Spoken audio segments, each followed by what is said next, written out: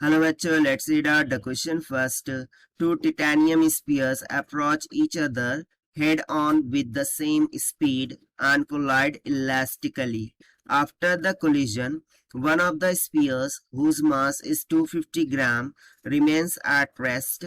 What is the mass of other sphere? So basically इस question में बोल क्या रहा है कि लेट्स सपोज कि हमारे पास टू स्फीयर्स है, ठीक है, उनके मासेस को हम मान लेते हैं m1 एंड m2 के बराबर। वो दोनों एक दूसरे की तरफ आ रहे हैं, यानी कि ये इस डायरेक्शन में आ रहा है तो ये इस डायरेक्शन में आ रहा है, यानी कि m1 यदि पॉजिटिव में जा रहा है सो m2 किस में जा रहा है, निगेटिव डायरेक्शन में जा रहा है। अब बोल रहा है दोनों की स्पीड सेम है, यानी कि इसकी v होंगी सो इसकी भी क्या होंगी, v होंगी। अब वो दोनों क्या करते हैं, कोलाइड करते हैं इलास्टिकली। सो आफ्टर कोलिजन, यानी कोलिजन होने के बाद, ठीक है, एक स्फीयर उसका मास कितना हो जाता है 250 ग्राम। से हम मान लेते हैं कि m1 हमें बोल रहा है 250 ग्राम के बराबर। तो उस टाइम पर m2 क्या होगा, यानी कि m2 का मास क्या होगा वो हमें फाइंड करना है। सो बहुत ही सिंपल क्वेश्चन है, चलिए स्टार्ट करते हैं हम सॉल्यूशन से। But before of it, so let's talk about the key concept which we are going to use here for this question.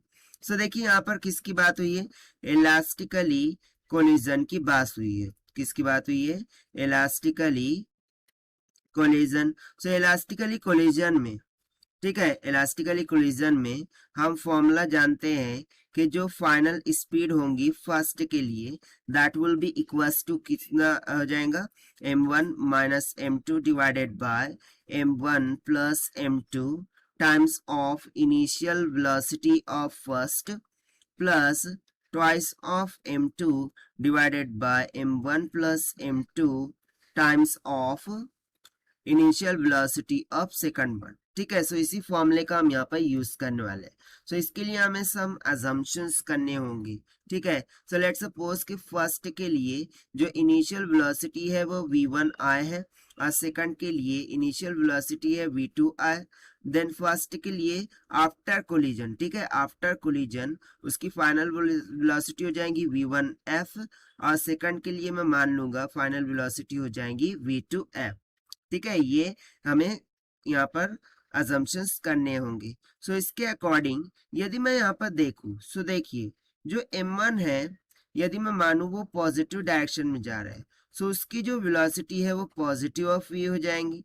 और जो m2 स्फीयर है वो निगेटिव डायरेक्शन में ऑब्वियसली फ्लो करेंगे क्योंकि दोनों एक दूसरे के अपोजिट आ रहे हैं, right, they are approaching to each other, यानी एक दूसरे के टू वर्ड्स आ रहे हैं, सॉरी, एक दूसरे के टू वर्ड्स आ रहे हैं। सो ऑब्वियसली दूसरा वाला निगेटिव में जा रहा होगा, सो उसके लिए स्पीड क्या हो जाएंगी, माइनस ऑफ v हो जाएंगी। ठीक है ना, सी हियर, यहाँ पर हमें एक कॉन्सेप्ट बोला था कि one of sphere whose mass 250 gram remains at rest. So remains at rest इसका मीनिंग क्या होगा, यानी कि जो फर्स्ट वाला स्फीयर है, ठीक है, उसकी फाइनल वेलोसिटी वो क्या हो जाने वाली है, जीरो हो जाने वाली है। This is very important. ठीक है, सो बस अब हम यहाँ पे फॉर्मूला लगा देंगे।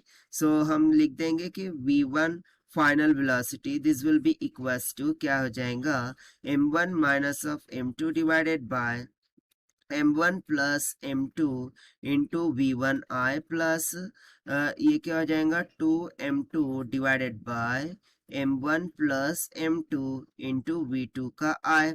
सो ये तो हो गया zero, that will be equals to m1 minus m2 divided by m1 plus m2 और v1i वो क्या हो जाएगा पॉजिटिव। ठीक है, initial velocity for the first one वो यहाँ पर हमने मान ली थी, ठीक है, दैट इज v। सो ये हो जाएगा v plus 2m2 bye m1 plus m2 और v2i क्या होगा, माइनस ऑफ v। ठीक है, सेकंड के लिए इनिशियल वेलोसिटी, सो हो जाएगा माइनस ऑफ v। सो देखिए जब मैं इसे सॉल्व करूंगा, सो m1 divide by m1 plus m2 ये वाले टर्म तो यहाँ से क्या हो जाएंगी, कैंसल आउट हो जाएंगी। ठीक है, हम इसको फर्दर सिंप्लीफाई करके देख लेते हैं। सो देखिए यहाँ से मुझे क्या मिल जाएंगे, एक तो हो जाएगा 0 is equals to m1 v1 और सॉरी m1 v है, राइट, m1 v या फिर हम v को कॉमन कर देंगे। सो m1 divided by m1 plus m2। एक तो ये हो गया, और देखो ये माइनस m2 और ये minus plus minus, minus 2m2 कितना आ जाएगा, माइनस का 3m2 divided by m1 plus m2। और यहाँ से हम कॉमन काट लेंगे किसको, वेलोसिटी को, डेट इज v उधर जाके जीरो हो गया, m1 प्लस m2 कॉमन करेंगे उधर जाके जीरो हो गया। सो मुझे सिंपली एक रिलेशन मिल गया, that is m1 minus 3 times of m2 is equals to 0। मुझे फाइंड करना है m2 से, m2 will be equals to m1 divided by 3 हो जाएगा। सो यहाँ से अब आंसर आ जाएगा, क्योंकि देखिए m1 तो हमें पता है कितना 250 ग्राम्स।